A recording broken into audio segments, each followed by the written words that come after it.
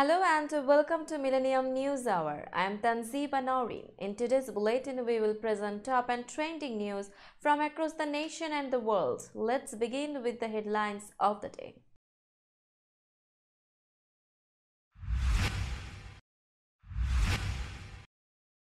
Pentagon leak suspect faces charges in US court.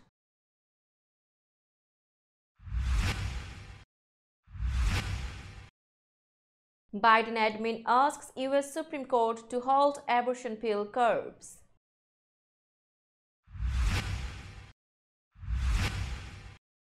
Trump answers questions for 7 hours in New York fraud lawsuit.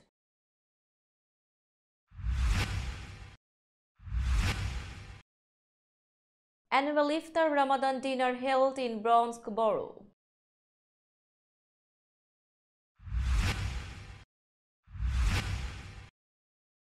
Minneapolis allows Islamic call to prayer 5 times per day.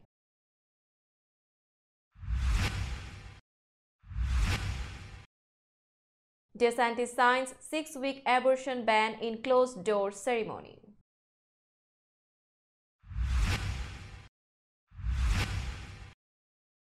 Tech consultant charged in killing of Cash App founder Lee.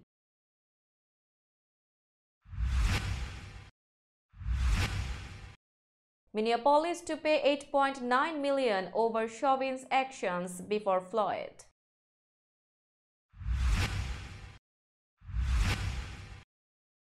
Congress members urge probe into use of US weapons by Israel.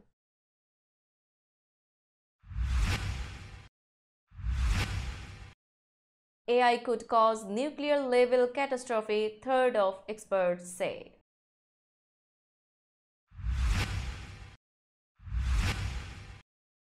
El Chapo sons among 28 Sinaloa cartel members charged by US.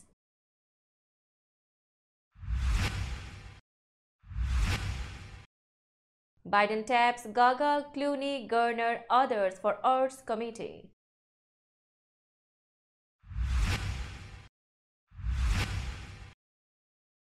China sanctions US Congress member for Taiwan visit.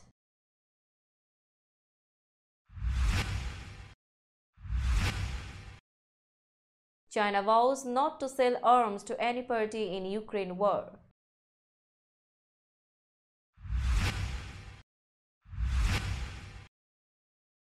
White Sox plays 3B John Moncada on 10-day injured list.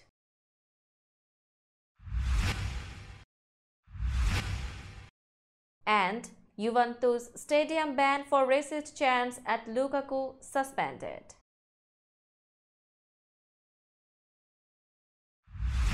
You are listening to headlines, now news in detail. Jack Teixeira, a 21-year-old member of the Massachusetts National Guard, has made his first appearance in United States court after he was arrested in connection with a leak of classified Pentagon documents that has roiled U.S. authorities. Teixeira appeared on Friday in federal court in Boston, Massachusetts, a day after FBI agents descended on his family home in the small town of Dayton, about 30 kilometers east of Providence, Rhode Island. He was charged with retention and transmission of national defense information and willful retention of classified documents. The criminal offenses could carry up to 15 years in prison, according to the Washington Post. The federal judge ordered Teixeira to remain in jail. He did not enter a plea. Court documents unsealed on Friday showed the FBI had used billing information from Discord, a social media app, to identify Teixeira, confirming earlier U.S. media reports that investigators believed him to be the leader of the chat group where the documents were first posted online. Following his arrest on Thursday, U.S. Attorney General Merrick Garland said Teixeira had been arrested for the alleged unauthorized removal, retention, and transmission of classified national defense information. The FBI court document said Teixeira had top secret security clearance, as well as another form of clearance to access information related to some highly classified programs since 2021. The administration of US President Joe Biden has asked the top court in the United States to block limits set by a lower court on access to abortion pills, as Washington seeks to protect reproductive rights in the face of growing restrictions enacted by Republican-led states. The Department of Justice filed an emergency request on Friday asking the Supreme Court justices to put on hold a ruling by U.S. District Judge Matthew Kacsmaryk in Texas. That decision would significantly restrict the distribution of mifepristone, while litigation in the challenge by anti-abortion rights groups to the pill's regulatory approval proceeds. Danco Laboratories, the manufacturer of mifepristone, also asked the U.S. Supreme Court for similar relief on Friday. The resulting disruption would deny women lawful access to a drug the U.S. Food and Drug Administration deemed a safe and effective alternative to invasive surgical abortion. The Department of Justice wrote in its filing. Kacsmaryk's order, a preliminary injunction, was set to take effect at 12 a.m. CDT on Saturday, according to the department. Former United States President Donald Trump spent nearly 7 hours answering questions in a New York lawsuit that accuses him and 3 of his children of fraud, according to his lawyer. Trump's deposition on Thursday came a week after the former president's historic indictment in an unrelated criminal case regarding hush payments to adult actress Stormy Daniels. New York Attorney General Letitia James has accused the former president Donald Trump Jr., Eric Trump, and Ivanka Trump of lying to tax authorities, lenders, and insurers for years as part of an incredible fraud at the Trump Organization. Trump arrived at James' office before 10 a.m. for the deposition, which was conducted in private, and returned to Trump Tower, his New York residence and headquarters of the Trump Organization, a little after 6:30 p.m.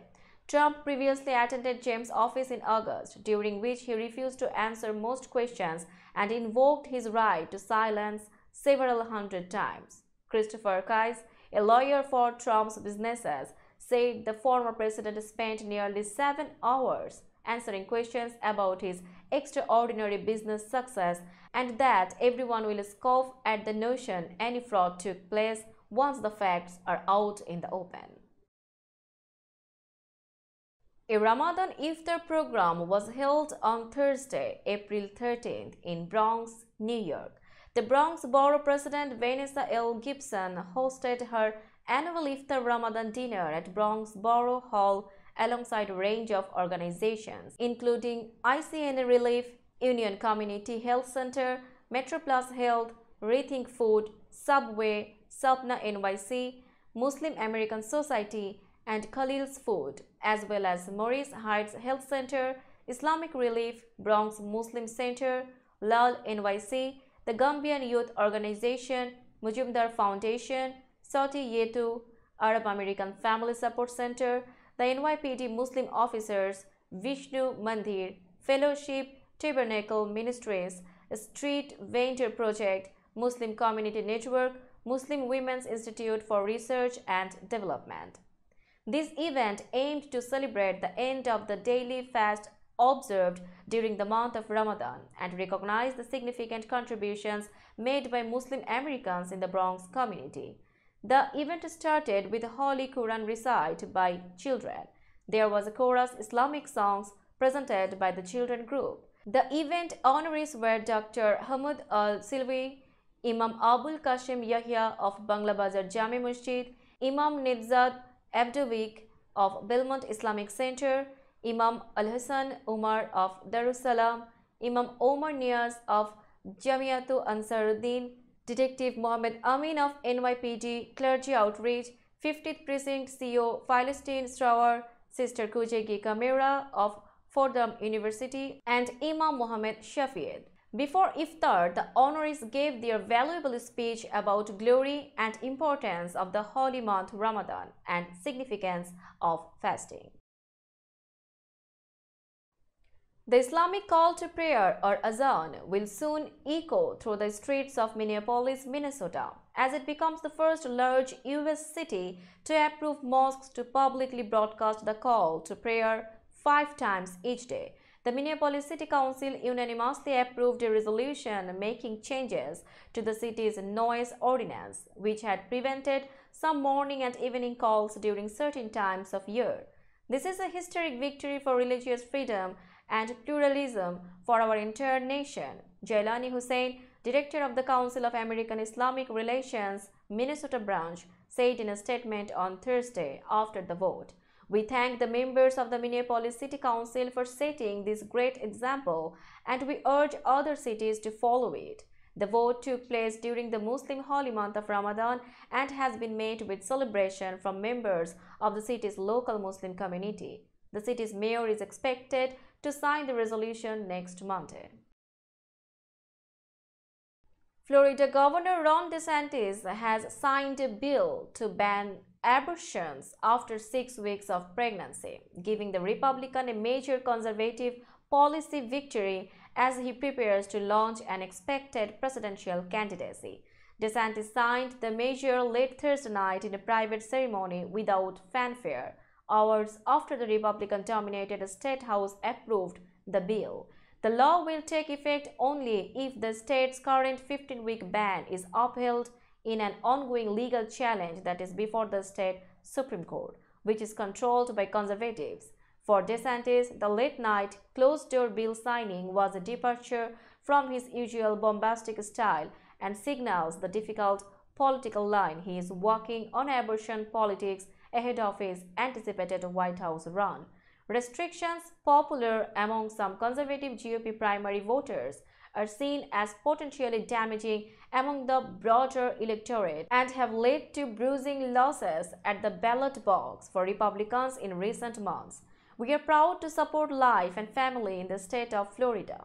I applaud the legislature for passing the Heartbeat Protection Act that expands pro-life protections and provides additional resources for young mothers and families, DeSantis said in a statement. A tech consultant was arrested and charged with murder Thursday in the stabbing death of the gregarious and popular Cash App founder Bob Lee last week in downtown San Francisco, authorities said. Nima Momeni, who is 38 years old, and Lee, who is 43 years old, knew each other, San Francisco Police Chief Bill Scott said at a news conference, but he declined to elaborate on their connection. Momeni was taken into custody Thursday morning in Emeryville, a San Francisco suburb, and booked on suspicion of murder. The stabbing death of Lee shocked the tech industry, with friends and former colleagues mourning the demise of a brilliant and generous man. Police found Lee with stab wounds in the Rincon Hill neighborhood of San Francisco at 2:30 a.m. April 4. He died at a hospital. Scott declined to give details on how they linked the killing to Momeni. The chief also refused to disclose a possible motive. Investigators served search warrants in San Francisco and Emeryville. Scott would not say whether a weapon has been found. San Francisco District Attorney Brooke Jenkins said in a statement that Momeni has been charged with murder in Lee's death and was expected to be arraigned Friday. The city of Minneapolis agreed Thursday to pay nearly $9 million to settle lawsuits filed by two people who said former police officer Derek Chauvin pressed his knee into their necks years before he used the same move to kill George Floyd. John Pope Jr. will receive $7.5 million and Zoya Code will receive $1.375 million. The settlements were announced during a meeting of the Minneapolis City Council. Both lawsuits stemmed from arrest in 2017, 3 years before Chauvin killed Floyd during an arrest captured on video that sparked protest worldwide, prompted a national reckoning on racial injustice, and compelled a Minneapolis Police Department overhaul. At a news conference Thursday, Mayor Jacob Frey apologized to all victims of Chauvin and said that if police supervisors had done the right thing, George Floyd would not have been murdered. He should have been fired in 2017. He should have been held accountable in 2017, Frey told reporters. Both lawsuits named Chauvin and several other officers. The lawsuits allege police misconduct, excessive force, and racism. Pope and Court are black, Chauvin is white. They also say the city knew that Chauvin had a record of misconduct but didn't stop him. A group of progressive Democrats in the United States Congress has called on President Joe Biden to shift American policy on the Palestinian-Israeli conflict, saying that U.S. aid should not be used to fund abuses of Palestinian rights. In a letter to Biden and Secretary of State Antony Blinken on Thursday, 14 lawmakers also urged the U.S. administration to investigate whether American weapons were used to commit rights violations against Palestinians and ensure that U.S. taxpayer funds do not support projects in illegal settlements. Furthermore, we call on your administration to ensure that all future foreign assistance to Israel, including weapons and equipment, is not used in support of gross violations of human rights, including by strengthening end-use monitoring and financial tracking.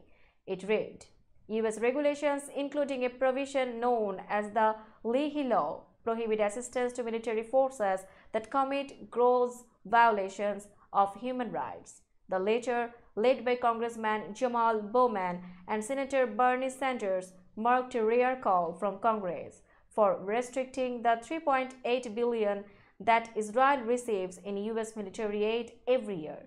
It cited the killing of 2 American citizens by Israeli forces last year, Al Jazeera reporter Shirin Abu Akleh and Omar Assad, an elderly Palestinian American who died after being arbitrarily detained. More than one-third of researchers believe artificial intelligence could lead to a nuclear-level catastrophe, according to a Stanford University survey, underscoring concerns in the sector about the risks posed by the rapidly advancing technology. The survey is among the findings highlighted in the 2023 AI Index report released by the Stanford Institute for Human-Centered Artificial Intelligence, which explores the latest developments, risks, and opportunities in the burgeoning field of AI. These systems demonstrate capabilities in question answering and the generation of text, image, and code unimagined a decade ago, and they outperform the state of the art on many benchmarks, old and new, the report's authors say.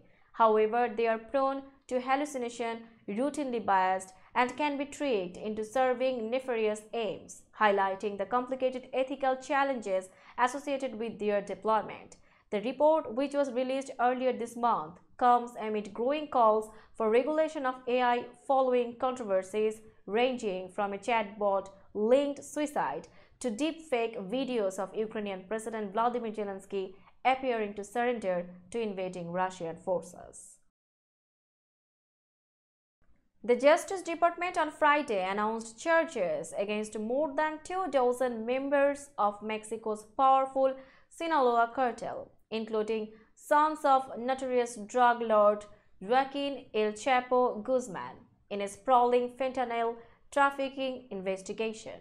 The 3 Guzman sons charged, Ovidio Guzman Lopez, Jesus Alfredo Guzman Salazar, and Ivan Archivaldo Guzman Salazar, are known as the Chapitos or Little Chapos and have earned a reputation as the more violent and aggressive faction of the cartel. Of the 3, only Guzman Lopez is in custody in Mexico.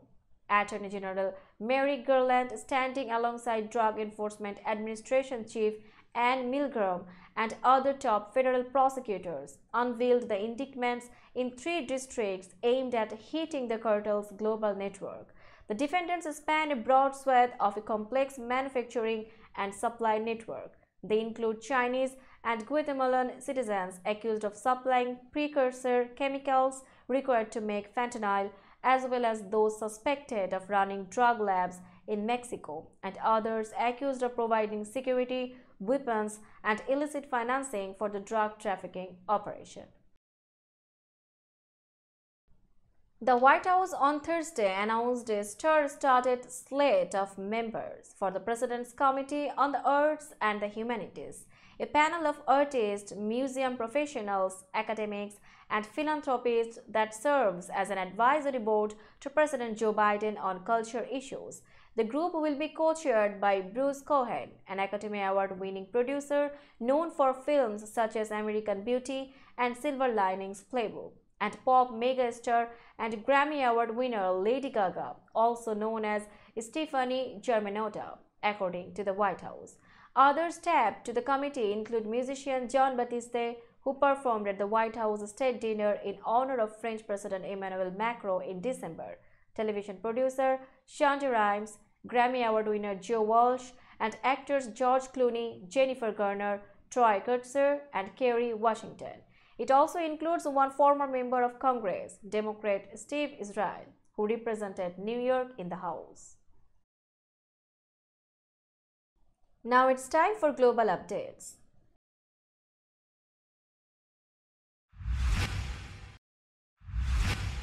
China sanctioned a United States lawmaker Thursday for his visit to Taiwan, saying he violated the One China principle that says Beijing has sovereignty over the island. The mainland's ruling Communist Party says Taiwan, which is split from the mainland in 1949 amid a civil war, must be reunited with China by force if necessary. Beijing says Taipei has no right to conduct foreign relations and views visits by US lawmakers to the island as violating its claims of sovereignty. The sanctions against Representative Michael McCaul include freezing his assets and properties in China, prohibiting any organization or individual in China from conducting transactions or working with him, and denying him a visa to enter the country, according to a statement Thursday from China's Ministry of Foreign Affairs. It's one of several rounds of sanctions China announced as tensions build between Beijing and Washington. China won't sell weapons to either side in the war in Ukraine, the country's foreign minister said Friday, responding to Western concerns that Beijing could provide military assistance to Russia. China has maintained that it is neutral in the conflict, while backing Russia politically, rhetorically, and economically at a time where Western nations have imposed punishing sanctions and sought to isolate Moscow for its invasion of its neighbor. Qin Gang is the highest-level Chinese official to make such an explicit statement about arms sales to Russia. He added that China would also regulate the export of items with dual civilian and military use. Regarding the export of military items, China adopts a prudent and responsible attitude, Qin said at a news conference alongside visiting German counterpart Annalena Baerbock. China will not provide weapons to relevant parties of the conflict and to manage and control the exports of dual-use items in accordance with laws and regulations. The minister also reiterated China's willingness to help find a peaceful resolution to the conflict. At the same news conference, Qin also blamed Taiwan's government for heightened regional tensions after Beijing held large-scale military drills in an attempt to intimidate the island it claims as its own territory. Now it's time for business news.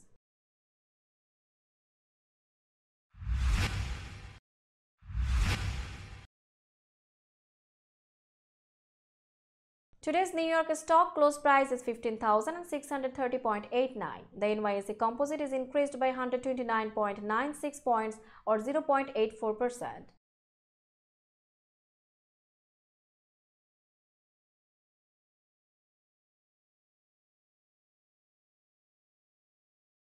Tokyo stock close price is 28,493.47.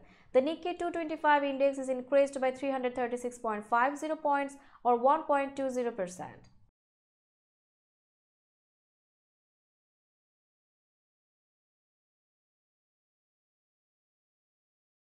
Shanghai stock close price is 3,338.1525.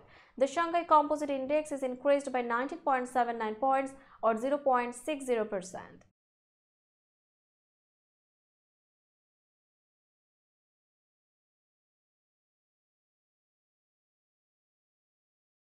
Hong Kong stock close price is 20,438.81. The Hang Seng Index is increased by 94.33 points or 0.46%.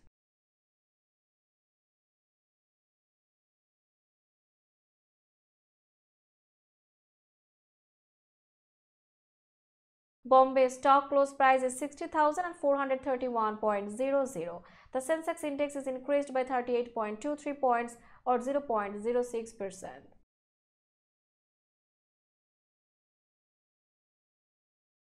Let's have a look on today's sports stories.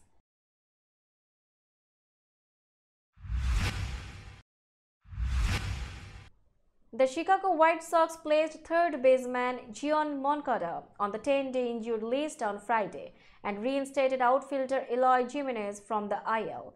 Moncada is dealing with lower back soreness. The IL move was made retroactive to Tuesday. The White Sox also recalled left-hander Tanner Banks from Triple-A Charlotte before the opener of a three-game series against Baltimore. Right-hander Jesse Scholtens was optioned to the team's top farm club, and reliever Matt Foster was transferred to the 60-day injured list.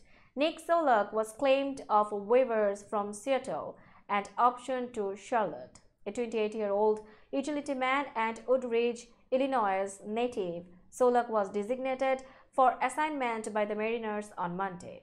The 26-year-old Jimenez strained his left hamstring during the team's home opener on April 3 against San Francisco. He went 4 for 19 with 3 RBIs in his first 5 games of the season. A partial stadium ban imposed on Juventus for racist chants directed toward Inter Milan striker Romelu Lukaku has been suspended.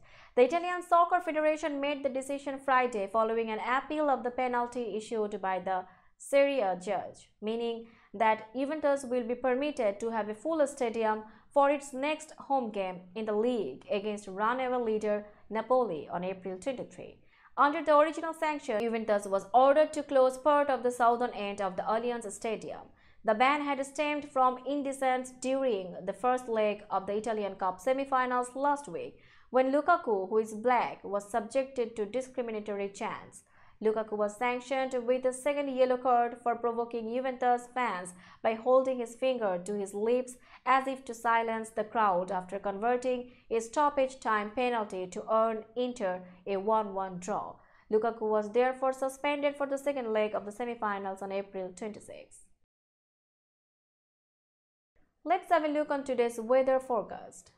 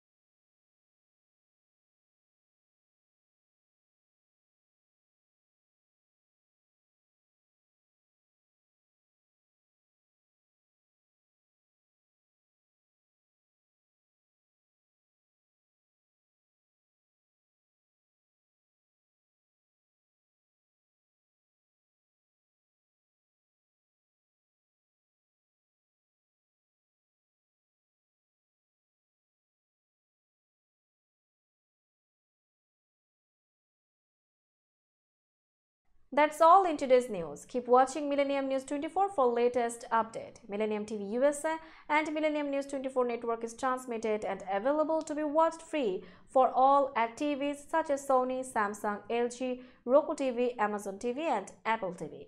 And also in all European countries and Australia, available with the Sky Network, Worldwide Jago TV, Radiant IPTV, Worldwide Jago BD Network and Horizon Satellite globally.